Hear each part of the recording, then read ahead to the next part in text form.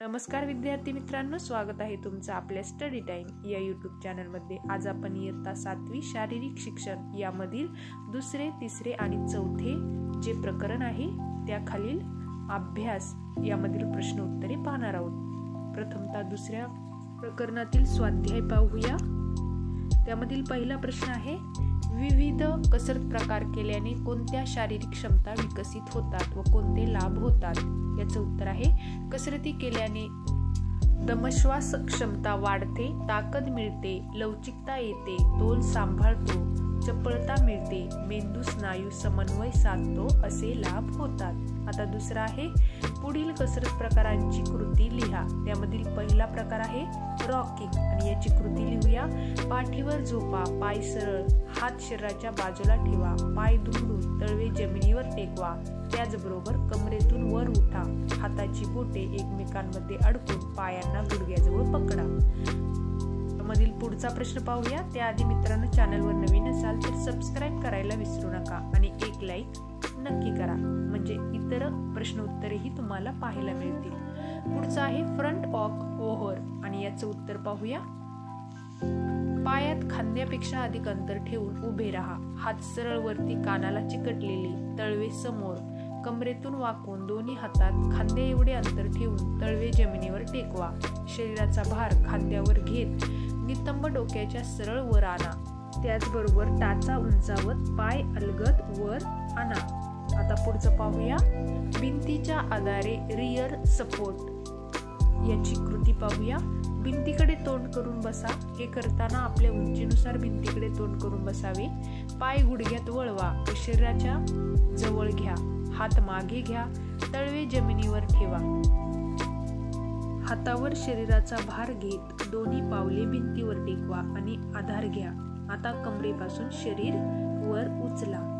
आता आपण पुढच्या प्रकरणातील काही प्रश्न उत्तरे पाहणार आहोत, त्याआधी एक लाईक नक्की करा। पुढचं तिसरं प्रकरण आहे आपलं एरोबिक्स आणि यामधील अभ्यास पाहूया, त्या प्रश्नांची उत्तरे। प्रश्न पहिला आहे, एरोबिक्स म्हणजे काय? आणि त्याचं उत्तर लिहूया। शरीराची प्राणवायू ग्रहण करण्याची क्षमता वाढवणे आणि प्राणवायूच्या मदतीने ऊर्जा निर्मिती करणे या व्यायाम प्रकाराला एरोबिक्स म्हणतात। आता यामधील प्रश्न दुसरा पाहूया, एरोबिक्स या व्यायाम प्रकारामुळे कोणते फायदे होतात? आणि आता आपण याचे फायदे पाहूया। एरोबिक्समुळे फुफ्फुसांची व हृदयाची कार्यक्षमता वाढते, हृदयाचे स्नायू दमदार होतात। हे होतं आपलं प्रश्न दुसऱ्याचं उत्तर। आता प्रश्न तिसरा पाहूया, तुम्हाला आवडलेल्या एखाद्या एरोबिक्स व्यायाम प्रकाराची कृती वर्णन करा आणि याचं उत्तर लिहूया। साइड टू साइड हा एरोबिक्स व्यायाम प्रकार मला आवडतो। त्याची कृती पाहूया।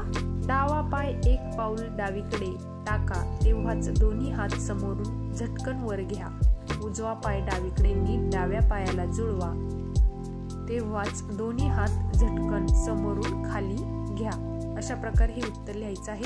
आता आपण पुढच्या प्रकरणातील काही प्रश्न उत्तरे पाहूया। योगाभ्यास यामधील प्रश्न उत्तरे आपण आता पाहूया। पुढील आसनांचे फायदे लिहा। त्यामधील पहिलं आसन आहे आपलं धनुरासन आणि आता आपल्याला याचे फायदे लिहायचे आहेत। पाठीचा कणा लवचिक बनतो, बरगड्यांची स्नायू ताणली जाऊन श्वसन क्रिया सुधारते, संबंध शरीराचा भार पोटावर पडल्याने पोटातील चरबी कमी होते, छाती पोट यांचे विकार बरे होतात। दुसरं पाहूया वृक्षासन आणि याचे फायदे लिहूया। आता पायांच्या स्नायूंना व्यायाम होतो, शरीराचा तोल सांभाळण्याची क्षमता वाढते आणि ते डौलदार बनते। आता पुढचं तिसरं आसन आहे गोमुखासन आणि याचे फायदे पाहूया आपण। कंबर व पायांच्या सांध्याची लवचिकता वाढण्यास मदत होते, छाती रुंद होते, पाठीचा कणा सरळ झाल्याने पोक दूर होतो।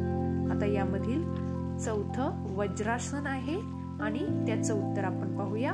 शरीराच्या कमरेखालील भागातील रक्ताभिसरण सुधारते, कमरेजवळचे मांड्यांचे स्नायू बळकट होतात, पचनशक्ती वाढते आणि पित्ताचा त्रास कमी होतो। हे होते वज्रासन, याचे फायदे। आता शेवटचं पाहूया आपण वक्रासन आणि याचे फायदे लिहूया। पाठीच्या कण्याला ताण मिळतो व तो लवचिक बनतो. कमरेचे स्नायू अकार्यक्षम बनतात. पोटातील अवयवांची कार्यक्षमता वाढते. मला कोणत्या प्रकरणाची उत्तरे हवी आहेत हे आम्हाला कमेंट करून नक्की सांगा आणि आपल्या स्टडी टाइम या यूट्यूब चॅनलला सबस्क्राईब करायला विसरू नका. धन्यवाद.